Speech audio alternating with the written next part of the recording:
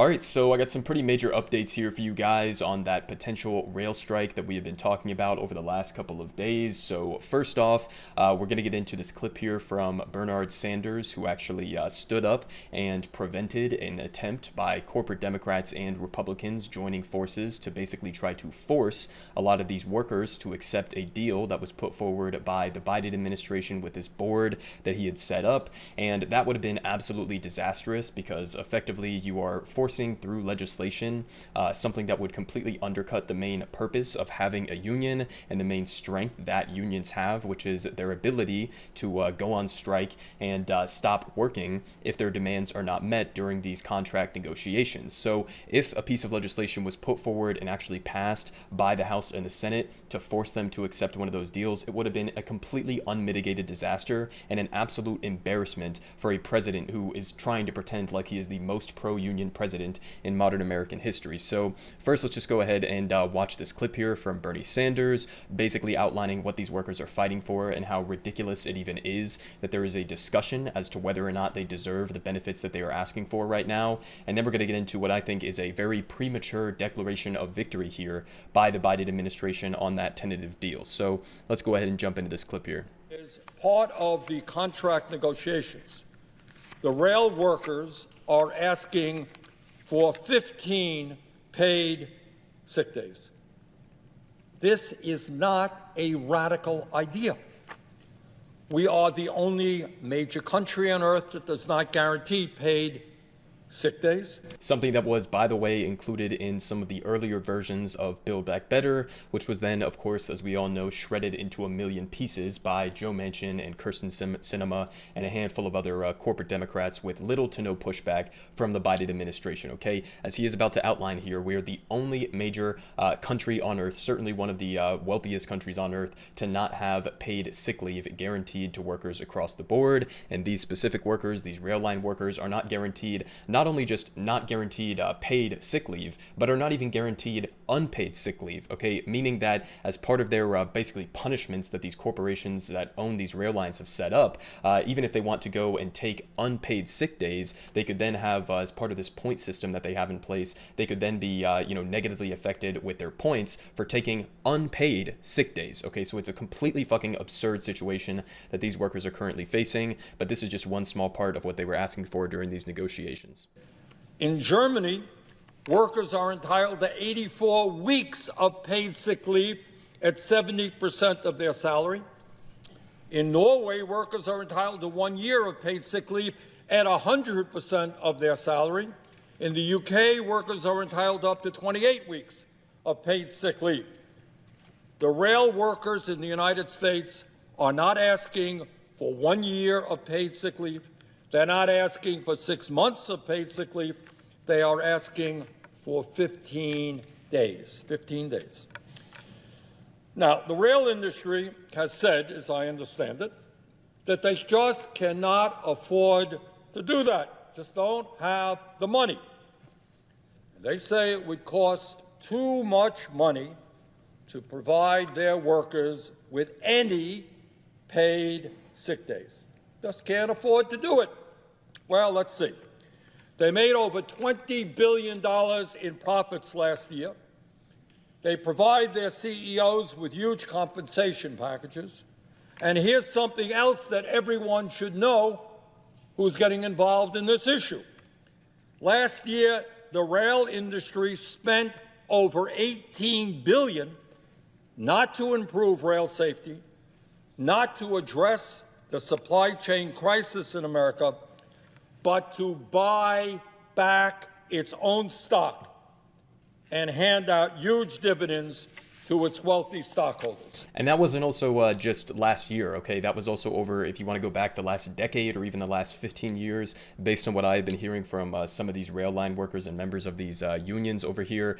They have been spending, I think it was upwards of like $50 billion more on stock buybacks just to enrich their wealthy shareholders and to give out those dividends. $50 billion more over about the last 15 years on stock buybacks versus actual capital investments or improvements or, improvements to the working conditions, improvements to the safety or the infrastructure of these rail lines, or modernizing them or electrifying them. And, meanwhile, they're saying that they can't afford to give their workers even just 15 paid sick days. Okay, it's a complete fucking joke. And again, any president that wants to pretend to be the most pro-union president in modern American history should have come out and just outlined that explicitly and used the bully pulpit in order to try to pressure these companies to give in to that demand. But instead, he put together this bullshit task force that in these recommendations that they handed out did not meet those 15 paid sick days that they were asking for. And I'm pretty sure it only included one single paid sick day as a part of that agreement that they were trying to force down these workers' throats. It's just a complete fucking joke.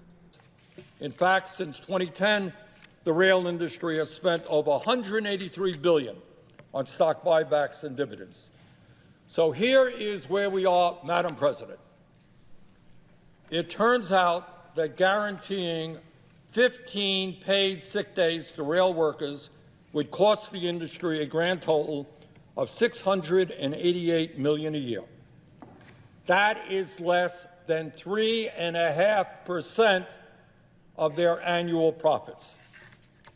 Now, it seems to me that if 4 major rail carriers can afford to spend over $18 billion a year on stock buybacks and dividends, please don't tell me they cannot afford to guarantee 15 paid sick days to their workers and allow these workers to have a reasonable quality of life, which they don't enjoy today. Okay, so absolutely killing it there. Boss man Bernie Sanders, I'm honestly grateful that we do have somebody in the Senate who's willing to just go out and point out the basic facts surrounding these types of situations, because there were a lot of Democrats who were joining with Republicans to basically try to force this tentative agreement down these workers' throats. And it's just completely fucking absurd. Again, a lot of the things that they are asking for are just basic quality of life improvements here. It's not even necessarily mostly about the wages. It's more so, which is the tentative agreement they put forward seemed to be disproportionately focusing on the wages while not addressing the other core issues that they were focusing on. A lot of these workers basically just want to be able to spend time with their families and not have these ridiculous schedules, as well as not have dangerous situations where you're on these massive trains that are carrying and sometimes hazardous materials, and you're having to do it with a one-man crew where you're on the train for like 10, 11, 12 hours at a time. You can't really go and you can't take breaks, you can't stretch your legs, and it's just like a straight up dangerous situation that these rail lines have been putting these workers in, as they, in the meantime, over the last number of decades, have been slashing the workforce while they continue to give billions and billions of dollars to their wealthy shareholders in the form of stock buybacks and dividends. So again, completely absurd situation that we are even debating whether or not these corporations should be meeting their demands. I mean, they're perfectly reasonable. If anything, what these unions are asking for is less than what these workers deserve, and yet we're still ending up with this situation here, as pointed out by Vice President Kamala Harris, as well as Secretary of Labor Marty Walsh, who works within the Labor Department and was deeply involved in these negotiations. You have them declaring premature victory here. So Labor Secretary Marty Walsh said moments ago, following more than 20 consecutive hours of negotiations at the U.S. Department of Labor, the rail companies and union negotiators came to a tentative agreement that balances the needs of workers, businesses, and our nation's economy. So number one, already in the way that you are wording this tweet, okay, regardless of the a pathetic nature of what this tentative agreement actually is, even just the way that you are wording this tweet, I think kind of reveals how much of a pro-union administration this actually is. You cannot come to the table here and say that we are balancing the needs of workers, businesses, and our nation's economy. This should not be a balancing equation when we just heard, as outlined there by Bernie Sanders, that they have spent decades, okay, these rail corporations have spent decades refusing to invest in the actual quality of the rails, refusing to modernize them, refusing to update them, refusing to improve safety standards and conditions for workers, while simultaneously slashing jobs on these rail lines for average workers and giving them these absurd situations where, again, they're on the train for hours and hours and hours at a time. They barely get any time off from this job. They have no guaranteed paid sick days, not even to mention like very limited unpaid sick days that they are allowed to take without being penalized. And so the idea that like you're going to come up with a solution here that is somehow balancing the needs of the workers and the business class, no. If you you are a pro-union president, if you are a pro-labor president, you should have come out 100% on the side of these workers and then use your power, use your voice, use your platform in order to try to put all of the pressure to make sure that these corporations meet their demands in their entirety, okay? There's no middle ground here that's workable, that's even remotely reasonable to anybody who's actually looking at the details of what they're asking for and the details of what these corporations have been doing over the last number of years. But of course, they're out here declaring victory. You have Kamala Harris saying this is a huge step forward for our economy and rail workers. No, it's not. They say thank you to both unions and rail companies for working hard to reach a deal that improves pay and working conditions. So again, they're out here declaring victory on this. You also had Joe Biden over here. White House announces tentative deal to avert rail strikes. So let's go ahead and look into some of the details here of what they're saying in this Washington Post article. They say the White House early Thursday morning announced an agreement between rail carriers and union leaders. Okay, keep in mind, this has not been ratified by the actual union members, okay, just by a couple of these union representative organizations. They say that likely averting a national rail strike that threatened to paralyze key parts of the U.S. economy. They say with less than 24 hours to avoid a potential shutdown, President Biden said that negotiators had clinched a tentative deal to keep freight trains running and prevent a major disruption to the nation's supply chains. And I honestly think that all this is going to result in is like a temporary stalling or a pushback of the date that a potential strike could be taking place. And we're going to hear from the actual testimonies from the workers themselves on what they think about this tentative agreement that has been reached. Hint, they're not too happy about it, but they continue saying that the agreement provides workers with the ability to take days off for sick leave and medical emergencies. The union's central demand in the negotiations, no, that's not even necessarily correct because it doesn't provide them with adequate paid sick days. It provides them with some unpaid sick days and a little bit more maneuverability in that sense. But definitely, as you're going to see from the workers here, they do not think that that is enough. They say although it granted them only 1 day of paid sick leave, 1 day. Okay, as outlined there by Bernie Sanders, you have all of these other countries, right? Keep in mind, the United States is the wealthiest country that has ever existed on the face of the fucking planet. And all these other countries like, the UK and Germany and the Netherlands and Norway and Finland, all these other countries are somehow able to provide their workers. Just so happens that a lot of those countries have substantially higher unionization rates, might be an indication of how they got these concessions in the first place. But all of these other countries that do not have the resources, that do not have the finances of the United States, the wealth of the United States, and somehow they're able to provide their workers with, in some cases, up to 6 months of paid sick leave, in some cases up to a year of paid sick leave. And here in the United States, we have zero guaranteed paid sick days across the board for our workers. And somehow they think this is some like amazing fucking deal here that you would provide one single paid sick leave day. I mean, that is a slap in the face. That is an absolute joke to these workers. But they say, that's according to 2 people briefed on the plan who spoke on the condition of anonymity because it had not been publicly announced yet. And a lot of these details we still don't have the full extent of. So this is just a very rough outline in terms of what we know about this agreement so far. They say the president was personally involved in the talks, calling into negotiations convened by Labor Secretary Marty Walsh in Washington around 9 p.m. on Wednesday and pressing both the carriers and the unions to come up with an agreement in phone calls this week. So again, if you are a pro-union president or the most pro-union president in modern American history, as Biden wants to pretend to be, you would not be pressuring the unions. You would be pressuring the carriers who have again spent the last number of years spending tens of billions, if not hundreds of billions of dollars on stock buybacks. Just completely pathetic anti-union display here from the Biden administration. But they say that Biden had grown animated in recent days about the lack of scheduling flexibility for workers, expressing a mixture of confusion and anger that management was refusing to budge on that point, according to 2 people who spoke on the condition of anonymity. Again, they continue saying that Biden appointed an emergency board in July to mediate the dispute that had reached an impasse following 2 years of negotiations between 6 of the largest freight carriers and 12 unions that represented 115,000 railroad workers.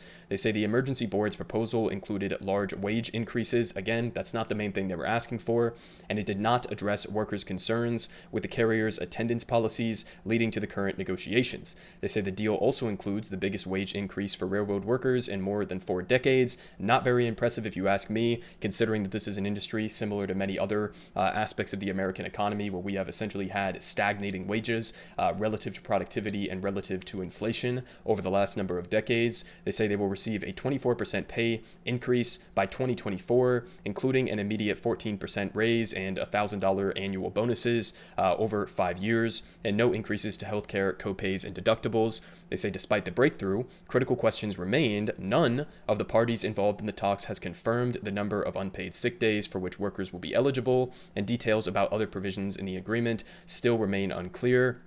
And the reaction of rank-and-file union membership to the deal is also unclear. Well, I can provide a little bit of clarity here for you guys. We're going to get to a couple of different quotes and responses here from the workers themselves, but just a little bit more emphasis on the background of how we got to this point, because I think this is a very important core part of this, because this didn't just spring out of nowhere. This was something that was basically in the works for years and years and years that has finally built up to the point where these workers have finally had enough. So as pointed out by Jeff Shirk, he says, as the possible rail strike lockout gains more national attention, some important context. He says bargaining started in January of 2020. Okay, January of 2020, and workers have been waiting nearly 3 years for a new contract. They say that Class 1 railroads have slashed their workforce by 29% in the past 6 years while making record profits, and now they're dealing with a labor shortage. Surprise, surprise. I mean, again, this is just self-inflicted pain here by these corporations. They say that the Presidential Emergency Board, which was supposed to propose a fair settlement to avert the strike, ignored key bargaining issues on work rules and quality of life, namely time off, and rail carriers have effectively begun a lockout this week before the end of the cooling off period. And they say of the unions that reached a tentative agreement based on the PEB recommendations, at least 2 have rejected those tentative agreements so far.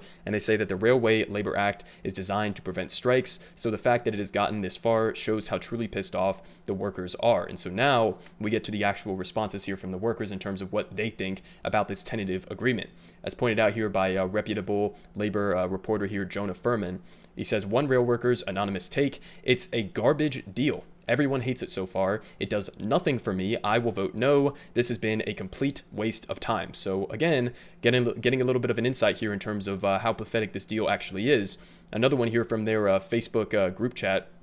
He says, if you want a taste of how rail members are reacting to the news of the deal, here's the BMWE Facebook comment section. You got people saying, why is our union posting this like this is some kind of game-changing deal? 1 day of paid sick leave is laughable. We need to strike. You got another guy here saying the paying members didn't agree to this and better pay was demanded also. They say, no, we want paid sick leave days, not unpaid. Now we will still have to come to work sick because we need a paycheck. Another person saying, so they got unpaid days off. They're going to vote this down. So, I mean, clearly you see the sentiment there seems to overwhelmingly indicate at least that these workers are not going to be having this. So this fight is definitely not over.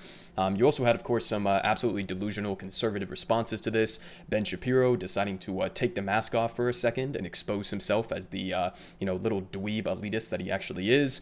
He said the entire Democratic union strategy is, number one, unions spend billions to get Democrats elected. I'm going to need a fact check there in terms of how much these unions are actually giving to Democrats. I would be very surprised if it's billions of dollars on a regular basis. But he says, number two, unions threaten to strike in advance of an election. Well, as I just told you guys, these contract negotiations have been going on for 3 years. 3 years. So you could go all the way back to the previous election in 2020. Okay, so the idea that like this was politically motivated or timed out to be ahead of an election so that they would have more leverage, that's not even fucking true. He has no idea what he's talking about here. But he continues saying, number three, Democrats force through an absolute sweetheart deal for the unions and declare victory. And then he says, you pay for it. I'm not exactly sure what he means by you pay for it. We are not paying for anything right now. This is a deal that is being reached between the unions and these corporations that own the unions and are making billions of dollars in the process of it. But the idea that you're going to portray this as Democrats force through an absolute sweetheart deal, we just covered the deal. It has one paid sick leave day. One. Okay, when even like at some other, low-level jobs here where you're getting paid shitty wages and have shitty benefits, I mean, even somebody I would guess that's working at like a Starbucks would have more paid sick days than just one. I mean, that's just completely fucking pathetic. And he's out here saying this is a sweetheart deal for unions. And as pointed out by Jay Bowie here, he says, the sweetheart deal here is rail workers can take sick leave without being punished for it. So again, it's not even just that they didn't have paid sick days, it's that they didn't even really have unpaid sick days, because if they took some of those unpaid sick days, they would receive punishment from the corporation. So, I mean, listen, this is the current update of where we're at right now with these negotiations. It is obviously up to the actual rank and file members of these unions in terms of where they want to go from here. I would anticipate, based on what I'm seeing, these people who are saying this in their Facebook group chats and online and responding to this, that they're not too happy about this tentative agreement that has been reached. So in the short term, it seems like you have avoided the immediate potential of a strike, which was set to take place starting tomorrow. Maybe that'll start in a month from now or 60 days from now, I think is the window that they're talking about. But clearly these workers do not think that this tentative agreement is enough. And at the end of the day, I mean, this is just a perfect demonstration of the limitations of just how much a so-called pro-union president like Joe Biden is actually willing to go when it comes to having an opportunity to go to the mat and fight for these workers. I mean, he could have been out here using the bully pulpit. He could have gone on the media. He could have had all of these other people working in the Department of Labor go out and try to lobby on behalf of these workers. But instead, they are trying to give them crumbs and force this agreement down their throats. And, you're getting to see exactly how little of an actual pro-union president Joe Biden is. Everyone is saying good politic guy has the best politics. Believe me, no one does it like him.